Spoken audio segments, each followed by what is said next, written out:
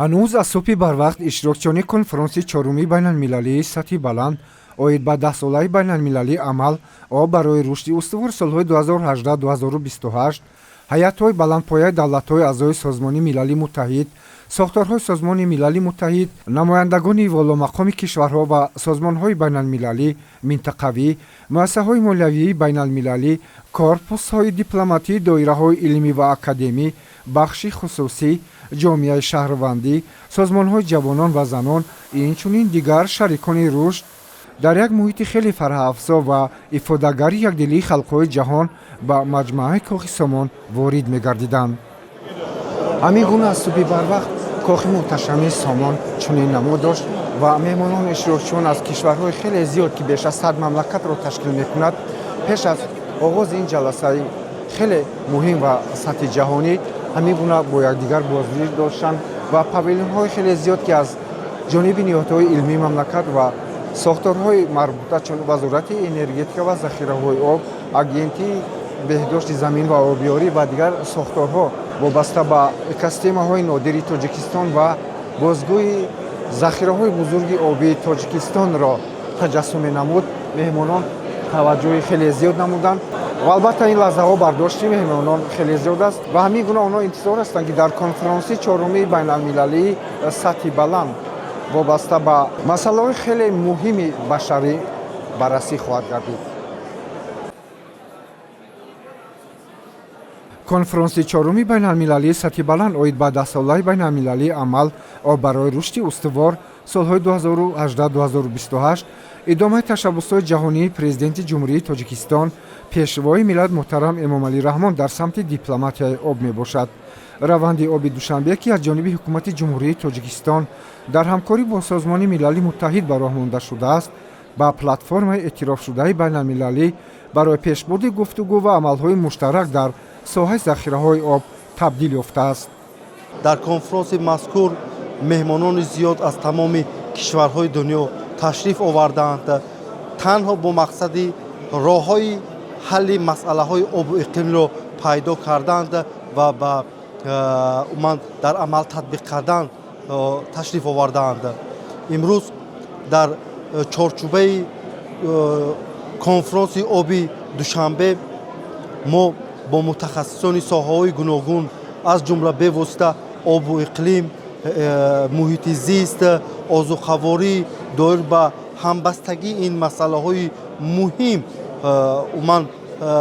баҳсу мунозираҳо уман карда истодаем ва барои ҳалли масъалаҳои чунин раванди уман ҳам сиёсӣ, ҳам иҷтимоӣ, ҳам иқтисодӣ роҳҳои ҳалли онҳо барои пайдо кардан уман нишаст ва уман баро монда шудааст. қайд кардан ба маврид мебошад ки имрӯз яке аз масъалаҳои муҳим ин дуруст идора кардани захираҳои обӣ ба ҳисоб меравад. таваҷҷӯҳи асосии иштирокчиён ба масъалаҳои таъмини идомаи пайвастагӣ байни конфаронсияи Созмони Милали Муттаҳид оид ба захираҳои оби соли 2023 ва конфаронсияи Созмони Милали Муттаҳид ба оби соли 2026, густариши ҳамкории байналмилалӣ, ҷалби сармоягузорӣ ба бахши об, идоракунии устувории захираҳои об ва сурат бахшидан ба расидан ба ҳадафҳои рушди устувор дар ҳошияи раванди оби душанбе мебошад. дар ин ҳамоиши сатҳи баланди байналмилалӣ бо таъкиди президенти ҷумҳурии Тоҷикистон пешвои миллат муҳтарам Эмомалӣ Раҳмон тавассути ташаббусҳои ҷумҳурии Тоҷикистон дар соҳаи об ки аз ҷониби маҷмӯаи умумии Созмони Милали Муттаҳид ҳамеша дастгирӣ ёфтанд, пайваста талош меварзад ва ин масъалаи глобалӣ ба нафъи кулли мардуми сайёра ҳаллу фасл гардад. ҷавҳари ин талошҳо баландбардоштани мақом манзалати об сарвати бебаҳои ҳаёт буда, имрӯз чун анъана ҳукуматҳо ва дигар ҷонибҳои манфиатдорро аз саросари ҷаҳон барои дар амал татбиқ намудани ӯҳдадориҳои марбут ба об раванди оби душанбе гирди ҳам овардааст. тибқи тадқиқоти нави коршиносон талаботи ҷаҳон ба оби ошомиданӣ сарфи назар аз тадбирҳои андешида то соли 2050 то 25% зиёд гардида, зарурати истеҳсоли 50% бештари ғизоро барои аҳолии рӯ ба афзоиш ба миён меорад. соҳаҳои нав ва босурат рушдёбанда аз ҷумла саноати сабз, шаҳрсозӣ, истеҳсоли озуқаворӣ ва инфраструктураи рақамӣ талабот ба обро боз ҳам зиёд хоҳад кард. ин масъалаи муҳимро президенти ҷумҳурии Тоҷикистон, пешвои миллат муҳтарам Эмомалӣ Раҳмон махсус дар ин ҳамоиши сатҳи ҷаҳонӣ баррасӣ намуда, таъкид намуданд, ки ин раванд зарурати гузариш ба технологияҳои сарфакоронаи об, мудирияти муассири захираҳо ва ҳамоҳангсозии беҳтари сиёсати об, энергетика ва озуқавориро дучанд месозад. Илова бар ин, таъсири паёмадҳои тағйирёбии иқлим аз ҷумла хушксолӣ, обхезиҳо, обшавии бо суръати пиряхҳо ва баландшавии сатҳи баҳр вазъи ҷориро дучанд шиддат мебахшад. воқеияти зикршуда барои низомҳои аллакай осебпазир фишори иловагӣ эҷод мекунад. дар ҷумҳурии Тоҷикистон барномаи стратегияи миллии об то соли 2040 амалӣ шуда истодааст ва дар ин раванд ба роҳ мондани кор дар соҳаи об, хусусан дар самти ҳавзавӣ ба амалӣ шуда истодааст. албатта дар ин раванд пешвои муаззами миллат пешниҳод намуданд, ки то соли 2040 ҷумҳурии Тоҷикистон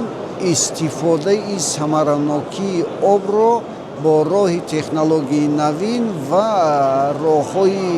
самаранок истифода бурдани онро то 80% мерасонад, ки ба ин ба коҳиш додани талафоти об як иқдоми бузурги на фақат ҷумҳуриявӣ, балки минтақавӣ ба ҳисоб меояд.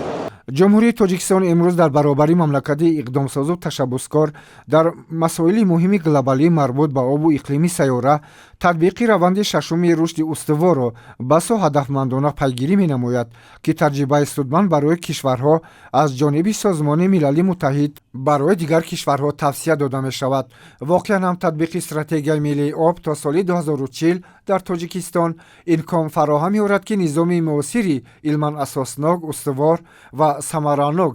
ҷиҳати идораи об ва рақамикунонии он татбиқ гардад. воқеан ҳам татбиқи стратегияи миллии об то соли 2040 дар Тоҷикистон имкон фароҳам меорад, ки низоми муосири илман асоснок, устувор ва самаранок татбиқ гардад. дар ин конфронси байналмилалӣ намояндагони воломақоми Созмони Милали Муттаҳид таъсиси ҷоизаи байналмилалии президенти ҷумҳурии Тоҷикистонро барои тақвияти дипломатияи об ва муттаҳид кардани талошҳои ҷомеаи ҷаҳонӣ барои ояндаи устувор ва бехатар басо муҳим арзёбӣ намуданд.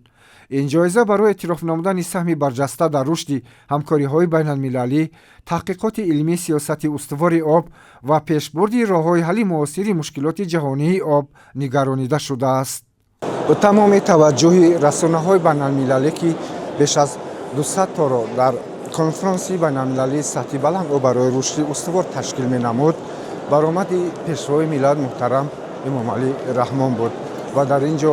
президенти ҷумҳурии Тоҷикистон муҳтарам Эмомалӣ Раҳмон таъкид намуданд, ки барои татбиқи ҳадафҳои созандаи 10-солаи байналмилалии амал об барои рушди устувор бояд суръати корҳоро дучанд намуд ва оянда барои таъсиси чорчӯби амал барои об дар раванди оби Душанбе бояд корҳо ҳамаҷониба дар сатҳи байналмилалӣ суръати бештар дошта бошад ва ҳамчунин намояндагони Созмони Милали Муттаҳид ва сарони кишварҳои гуногун зимни баромади худ иброз доштанд, ки ҷумҳурии Тоҷикистон ҳамчун пешоҳанг дар масъалаҳои марбут ба оби иқлим дар сатҳи ҷаҳон имрӯз корҳоеро амалӣ намуда истодааст, ки шоистаи пайравӣ ва таҳсин мебошад. ҳамин гуна баромадкунандагон дар ин ҳамоиши муҳими ҷаҳонӣ иброз намуданд, ки